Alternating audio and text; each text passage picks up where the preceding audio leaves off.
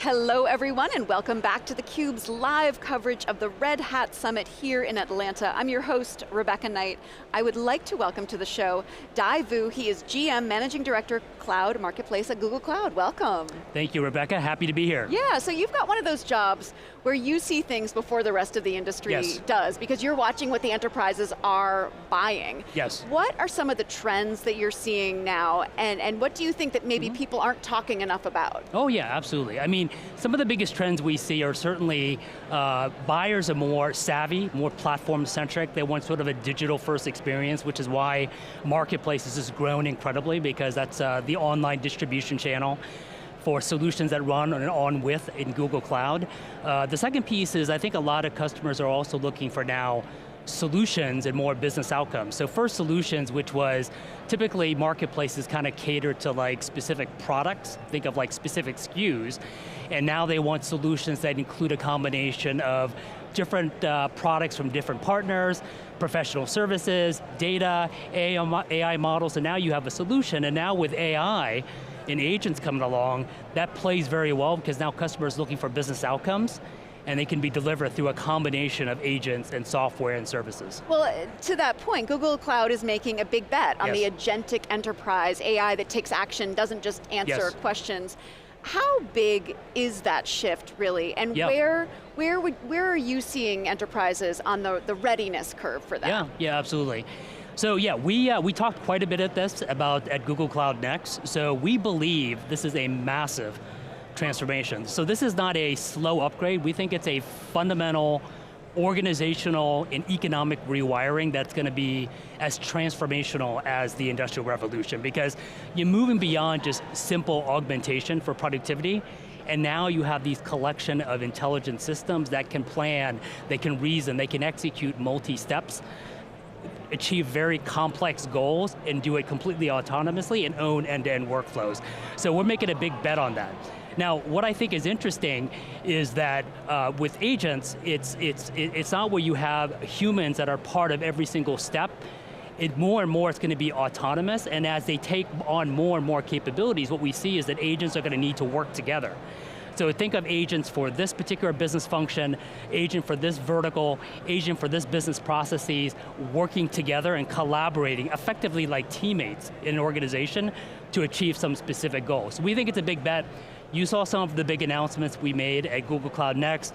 We announced something called the Gemini Enterprise Agent Platform, which is really— It's a bold idea. Yeah, I mean, exactly. how do you describe what it's trying to do in the simplest of terms? In the simplest way, think of it as an end-to-end platform to enable companies to build, scale, govern, and optimize agents. And then from there, we can put these agents into everyday workflows. So we have something called the Gemini Enterprise app. Think of it as the front door for every customer, every employee, where they can basically manage and work their day-to-day workflow, where they have a collection of agents. It could be Google Cloud agents like we have, Notebook LM or Deep Research. They might even have some of their custom agents that they've built, and as you know, a lot of business users now with some of these capabilities to build agents very easily, no code, low code.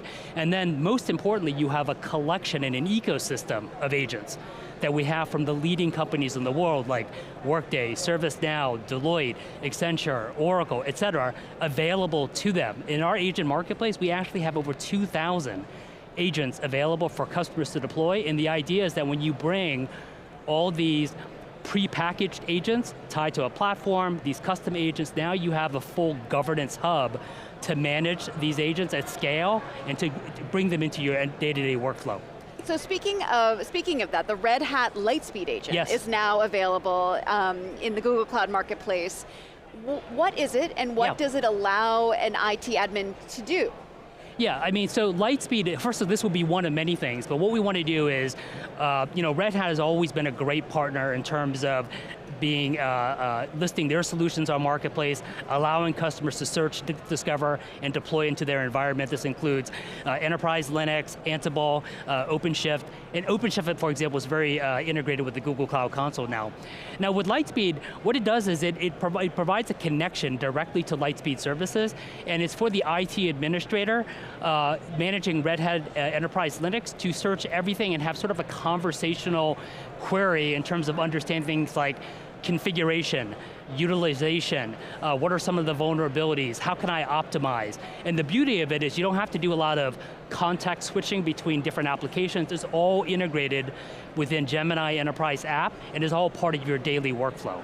And is the human approving every deployment right now?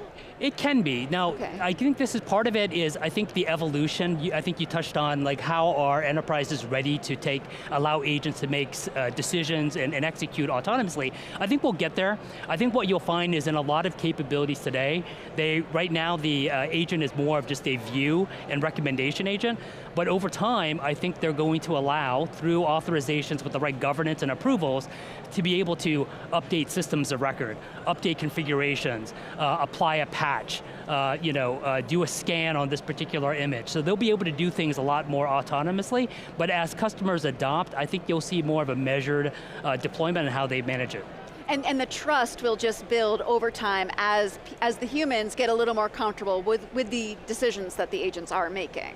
Exactly, and in fact, I mentioned before about Gemini Enterprise Agent Platform. Part of what we do is we include things like observability, trace, and tracking and audit trail. So you want to be able to see what data the agent's accessing to, what decisions does it make, what assumptions they're making, so you can optimize and improve its decision making and execution over time. So you mentioned Google Cloud Next, which was at the end of April. Yes. Google has also recently had bonzo earnings. Yes, exactly. So Google's on a tear, it absolutely is. I have a number here that's staggering. There's a $462 billion backlog of committed enterprise cloud spend that partners can now tap into. Exactly. How is that possible, first of all? Well, I think, first of all, you have to track the massive growth. So at 2 quarters ago, that backlog was $155 billion. Then in Q1, we said it was $240 billion. It now doubled to $462 billion. So I think what that signals is just massive intent from customers to modernize and build AI, compute, storage, all the great things that Google Cloud wants to offer. Now the beauty, as you know, with Marketplace, is end customers are making larger and larger commits because Marketplace can de-risk some of those commitments. So they can purchase solutions like Red Hat from our cloud marketplace and decrement that commit dollar for dollar. So they're making bigger bets on building out this AI capabilities along with a lot of these packaged solutions that can help them accelerate time to value. So you said it signals intent. Yes. But so where do we go from here? Yeah. I mean, listen, another thing that we did, I mean, just going back to your the earnings announcement, we are now at a $20 billion annual run rate. Now, and just to put that in perspective, when we first introduced or announced publicly what our earnings were for cloud, it was in February 2018. We had just had a $1 billion quarter, $4 billion run rate. So in a span of just a little bit more than 8 years, we've 20x'd our run rate, which is amazing, right? And on top of that, you've seen the growth in the last quarter was 63% year over year, right? Which is massive at this scale that we're operating. So because they have intent to take on these massive transformational projects, we're going to match them out on the CapEx side. So we upped our guidance on CapEx to now $190 billion for the full year because we are very efficient because we're at like a 33% operating margin now. And also in the last year, we've reduced the cost to serve Gemini models by about 80%. That allows us to go all in with this generational build out of AI infrastructure. So it's an opportunity to match that supply with our end customer demand. Another point from the earnings that Google Cloud has put $750 million behind partner fund for agentic development. Yes. What are some of the signals to you that an ISV is going to make the most of that kind of investment versus stall? Well, I think first of all, it's a broad ecosystem investment, so it includes services partners, both our established large global system integrators, it includes some of the AI pure plays, it includes these global consulting companies like McKinsey, BCG, but also ISVs. I think the idea is we recognize that partners are critical to drive business transformation with end customers, so we have to give them world-class partner capacity, capabilities, and technical skills to sort of drive that transformation with their end customers. And where that money's being distributed is we're doing things like technical workshops and guidance. We're giving deployment and usage incentives to drive consumption of our Gemini models, third-party models, as well as Gemini Enterprise Agent Platform. We're also doing technical enablement. We're giving them access to our product engineers as well as our forward deployment engineers, FDEs. So it's just a massive investment to really ignite the ecosystem because they're going to be so critical to sort of drive the scale that we need with our customers. At the beginning of this conversation, you were talking about this AI transformation as being bigger than the Industrial Revolution. Yes. And you're not the first person to say that, but from your perspective, if all of this works, if this agentic enterprise really comes to fruition, what does that change for the average employee day-to-day? I mean, hopefully they've still got a job, but what does really their day-to-day look like? Yeah, I mean, certainly, I would say that everyone has to be sort of AI capable and AI native, right? So, you and I were just chatting, I have 2 sons in college, and they're also wondering what the future of the job market might look like.